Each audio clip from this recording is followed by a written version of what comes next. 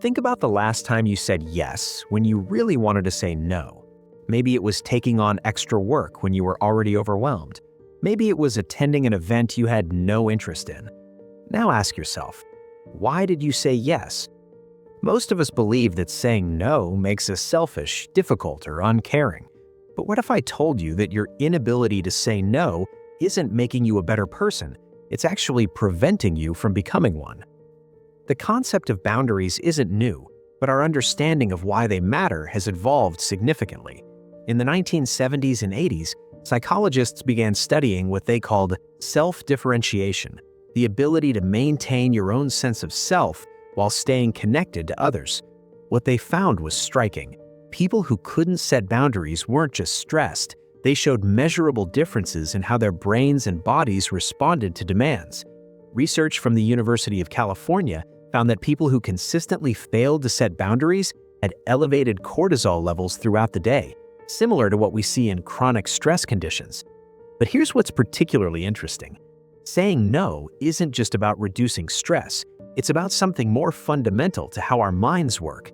When you say yes to everything, you're essentially telling your brain that everything is equally important. And when everything is important, nothing is.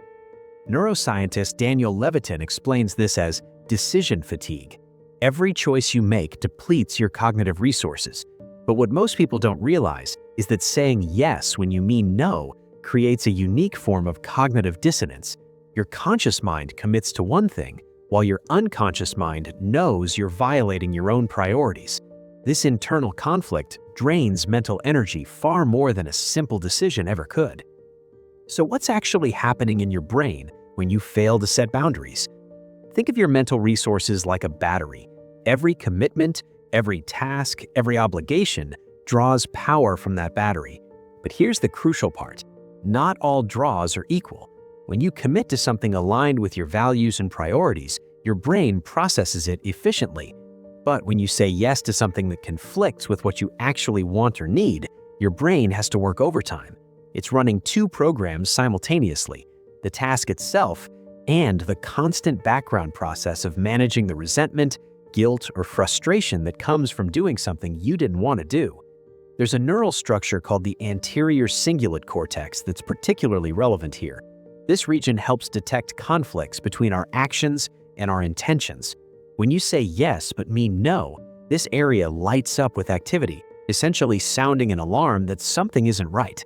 Over time, constantly ignoring this signal can lead to what psychologists call learned helplessness, a state where you stop believing you have control over your own choices. Meanwhile, boundaries activate a different neural pathway. When you successfully set a boundary, you're exercising what neuroscientists call executive function, the ability to plan, prioritize, and execute based on your goals rather than external pressures. Like a muscle, this function strengthens with use. Each time you say no to something that doesn't serve you, you're actually building the neural infrastructure that makes future boundary setting easier. Let's look at how this plays out in everyday life. Consider Sarah, a professional who prided herself on being helpful. She said yes to every project, every coffee meeting, every favor a colleague asked. On the surface, she seemed productive and well-liked, but here's what was really happening. She was working 60-hour weeks, her own priority projects were perpetually postponed, and she felt a growing resentment toward the very people she was trying to help. Sarah's situation illustrates something crucial. Without boundaries, you don't actually become more helpful, you become less effective at everything. She wasn't excelling at her own work because she was too busy doing everyone else's, and the help she was providing others was often mediocre because she was stretched too thin to give it proper attention. Or take the parent who can't say no to their child's every request. It seems loving, but what's the actual outcome? The child never develops the ability to handle disappointment, delay gratification, or understand that other people have needs too. The parent, meanwhile, is exhausted and often resentful. The absence of boundaries doesn't create connection, it creates dysfunction. Here's another pattern. People without boundaries often believe they're preventing conflict by saying yes, but they're not preventing conflict, they're just postponing it. Eventually, the resentment builds until it explodes, or the person burns out completely. Either way, The relationships they were trying to protect often end up damaged anyway. What's particularly insidious is how the absence of boundaries affects your relationship with yourself. When you consistently override your own needs and priorities for others, you're sending yourself a message: your needs don't matter, your time doesn't matter, you don't matter. Over time, this erodes self-trust and self-respect in ways that are hard to rebuild.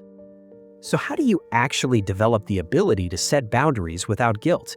First, understand that guilt after saying no is often a conditioned response, not a moral judgment. If you've spent years believing that saying yes makes you good and saying no makes you selfish, of course you'll feel guilty. But feelings aren't facts. The guilt is simply your brain adjusting to a new pattern. Start by identifying your non-negotiables. What are the things that absolutely matter to you? Your health? Time with family? Your creative work? Write them down. These become your boundary markers. When a request comes in, measure it against these priorities. If it doesn't align, that's your answer. Practice the 24-hour rule for non-urgent requests. When someone asks something of you, instead of immediately saying yes, say, "Let me check my schedule and get back to you." This creates space between the request and your response, allowing you to make a decision based on what you actually want, not just your reflexive people-pleasing. Learn to distinguish between disappointing someone and harming them. Saying no to coffee with a colleague disappoints them. It doesn't harm them. Saying no to covering for someone's work emergency might disappoint them. It doesn't harm them. It just means they need to find another solution. This distinction is crucial because many people avoid disappointment as if it were harm. Here's a specific technique. When saying no, keep it simple. You don't need an elaborate excuse or justification. "I can't commit to that right now" is a complete sentence. The more you explain, the more you're unconsciously apologizing for having boundaries. And the more you apologize, the more you reinforce the idea that boundaries are something to feel guilty about.